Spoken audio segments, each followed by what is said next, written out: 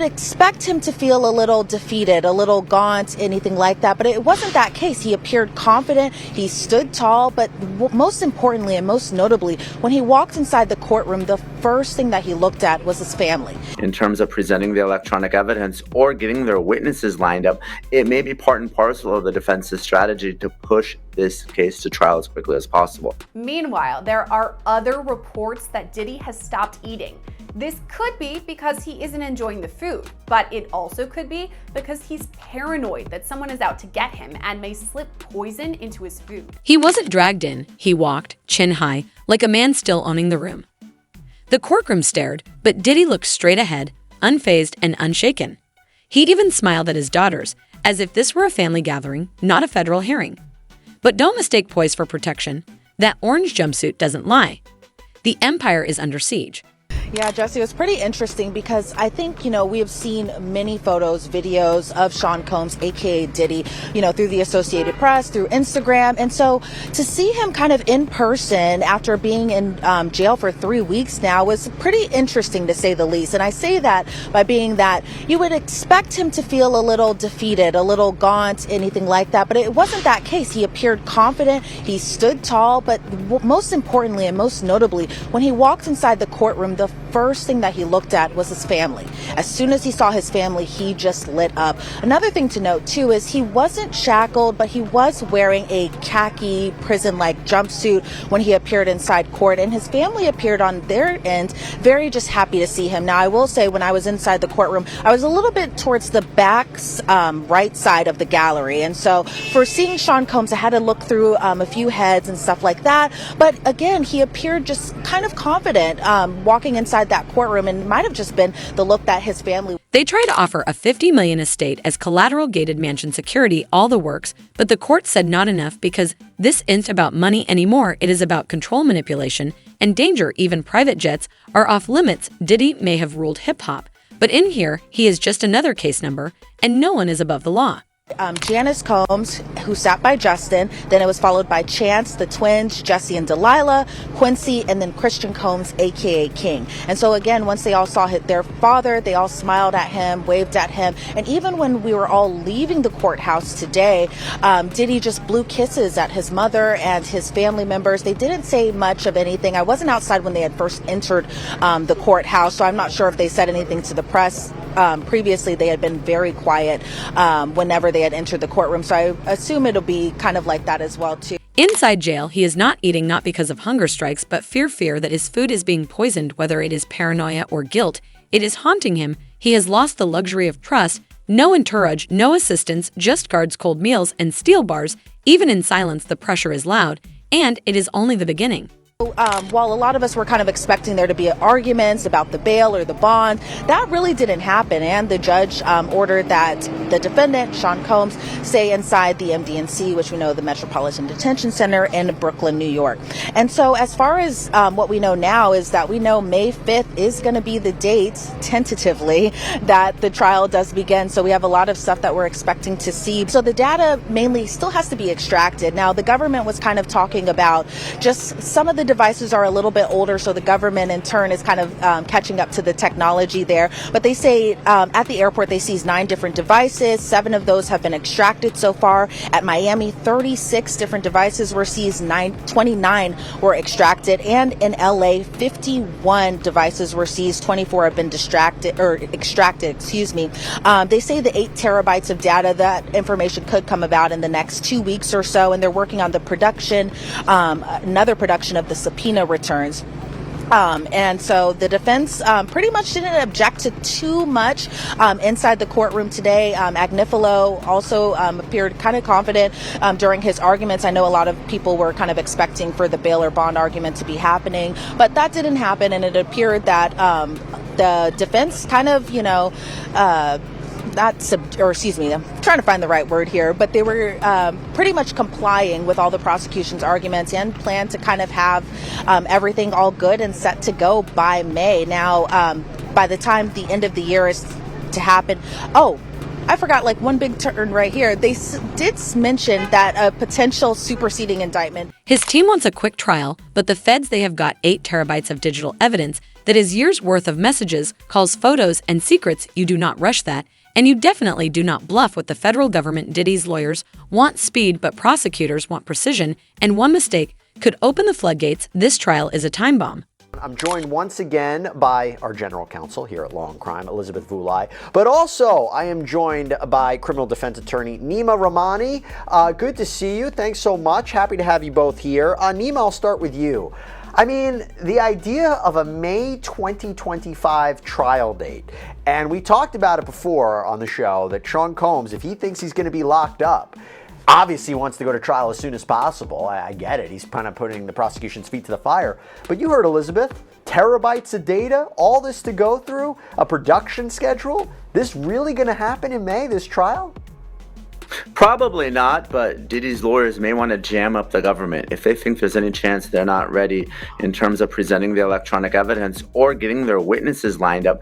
It may be part and parcel of the defense's strategy to push this case to trial as quickly as possible. Obviously, we know Combs is in custody, so there's really no point for him to wait. We know that the defense case is going to be limited. When Judge Subramanian asked for a time estimate today, the prosecution gave 3 weeks. The defense only gave 1 week, which means that they're going to base this case mostly on cross-examination. Then came the leaked footage, disturbing, damning, deliberate. Someone wanted the world to see. Now rumors swirl of witness tampering, 54 missed calls to one accuser. Coincidence? The court does not think so. Power plays do not go unnoticed, and in the age of digital footprints, even silence leaves a trail. The government is going to be kind of like rushing a little bit. I understand that they're still getting subpoenas are being responded to still. So they don't even have all their evidence together yet. And so demanding a speedy trial really is going to force the government to get their act together really fast and not have that additional time. But I think that the government was also smart in not overcomplicating this case by making it much bigger than it needed to be. Like, for instance, what happened down in, y'all's neck of the woods in Atlanta with the YSL RICO trial that's going on. So, you've got a much simpler, indictment, 14 pages long, really one identifiable victim, but I think that there's probably others that are contained within it. So we'll see if that May date sticks. If there's superseding indictments, it's probably going to get continued, I would think, because there's just, that would automatically cause that to happen. Diddy's son, King Combs, isn't just watching from the sidelines. He might be forced to testify, and he's already been dragged into the chaos. Witnesses say he was there, sometimes involved. And that video, it didn't leak itself. Families are being pulled apart. Blood ties don't protect you in court, and the prosecutors know it. The superseding indictments, I don't know if they'll necessarily be new charges against P. Diddy, maybe, or, maybe more identifiable victims. But I think that you're also going to maybe potentially see some co-conspirators that are identified that, played a significant role in, this vast conspiracy that's taken place over the course of the last 30 years. So, with other defendants involved, that can also, Sean Combs will be in less control over when this trial goes and how it plays out.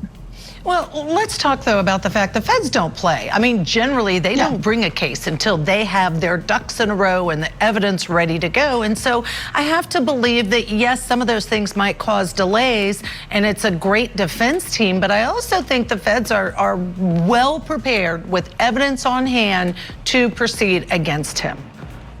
Oh, yeah.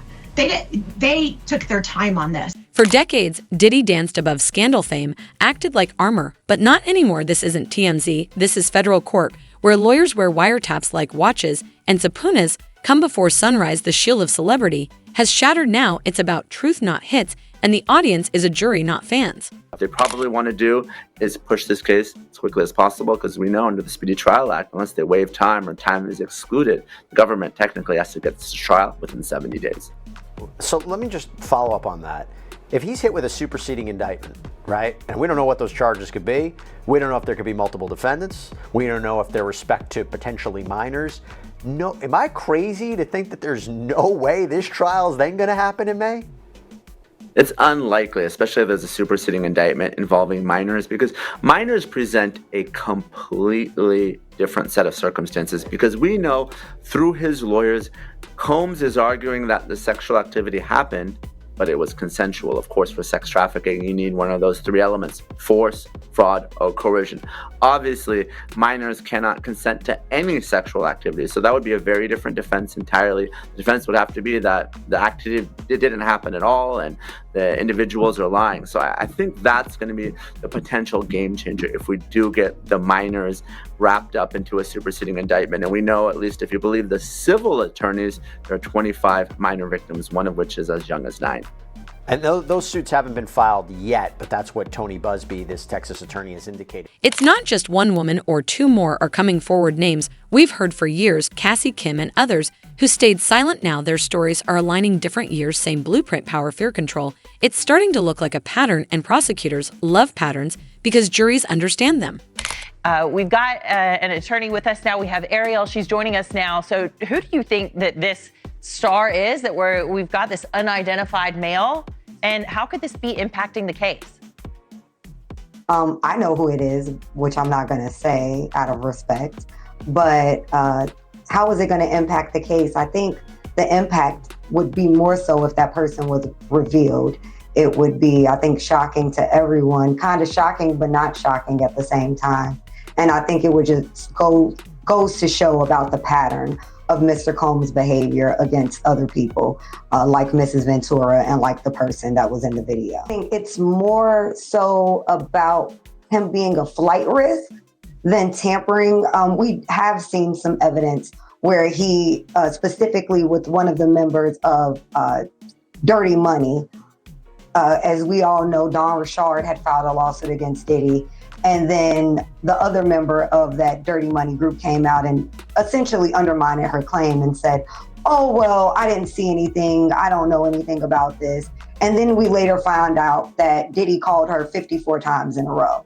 Oh. So I think that those situations lend to maybe some issues with tampering. And I do feel like there are victims who are scared to come forward, including my client. She was very nervous about if he was going to get bail this week.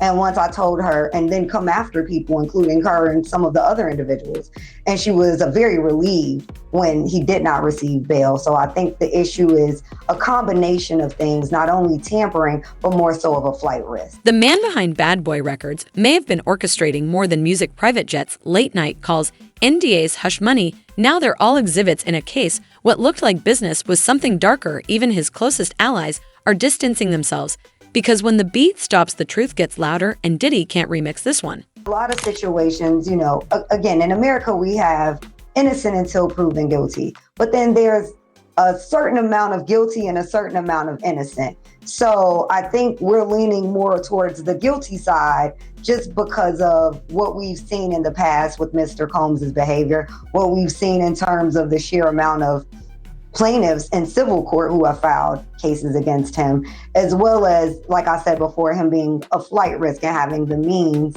and wherewithal to actually take flight and leave the country so he doesn't have to face his crimes in criminal court. So I think taking the totality of the circumstances, the court is being careful to make sure they don't do something that allows Mr. Combs to avoid justice. He's teasing the federal government. And I told y'all, the Southern District of New York do not play. So King Kong just put another battery in their back. And you see after he did that shit, something get leaked to the press. Do you notice that, right? As soon as he did that dumb shit, talking about, well, we did this and we did that. We had this over here. Y'all went to the wrong house. Some went to, said, well, we're going to show you how wrong we are. Yo, CNN, run this. Action, roll them. Don't play with the feds, bro. Because you got to realize this. They got a lot of time. All they got is time. They gonna sit there, people sitting up there, and they want something. See, people like a fix. They need that fix real quick. They want them to hurry up and charge Diddy with something, or see what they got on him. The feds gonna take their time. May take 6 months, may take a year, may take 2 years. They got up to 3 years to bring their case up. They got 3 years. So they checking everything about them. They gonna dot all the I's and cross all the T's. Meanwhile, when she married that billionaire, all of that was going on when Diddy was harassing her. Oh. Because he's been harassing her. Oh, shit. For years. Yeah. Janet? Damn. And they won't talk about it. I can see him. So when I hear Orlando bringing up the Janet Jackson thing and saying it in his little code word, I know what that means. I know what he's saying. But the truth is Janet is under heavy scrutiny. She did what she had to do to survive. She's strong. It's just that Jackson family stigma. Really all about power and abuse of power. Prominent attorney Gloria Allred, who has represented accusers of Harvey Weinstein, Bill Cosby, and R. Kelly, speaking exclusively with Eyewitness News. She now represents an undisclosed number of Sean Diddy Combs' alleged victims, including Talia Graves. The trauma of the assault has taken a toll on my mental health. Consent is a big issue, and it is the government's burden in a criminal case to prove any charge and all charges beyond a reasonable doubt. That's a very high burden of proof.